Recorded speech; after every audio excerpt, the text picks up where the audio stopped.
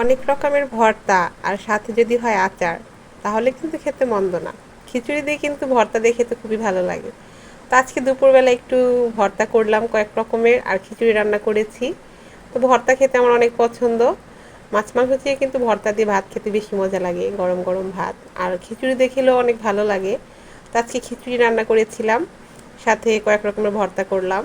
আর আলুর ভর্তাটা হচ্ছে কাঁচা পেঁয়াজ আর শুকনো মরিচ দিয়ে খেতে কিন্তু বেশি ভালো লাগে, এই জন্য এটা আমি করেছি। আপনাদের ভাইয়া আবার সেটা পছন্দ করে না, তার জন্য আলাদা করে আবার পেঁয়াজ ভেজে, কাঁচা মরিচ ভেজে আর শুকনো মরিচ ভেজে একসাথে ওনার জন্য আলাদা করে করেছি। আর এইখানে একটা ডিম ভর্তা করে নিলাম। ডিম ভর্তাটা খেতেও কিন্তু ভালো লাগে কাঁচা পেঁয়াজের সাথে।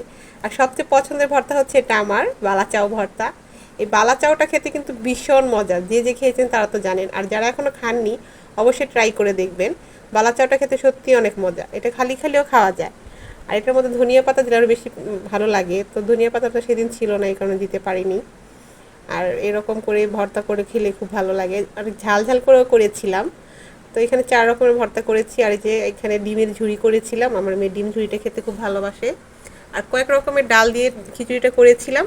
তো ভাবলাম পাশের বাসার ভাবিকে একটু দিয়ে আসি, ওনার কাছে দেখি উনিও কেমন বলে। তো ভাবিকে দিয়ে আসলাম, ভাবিও খুব খুশি হয়েছে পেয়ে।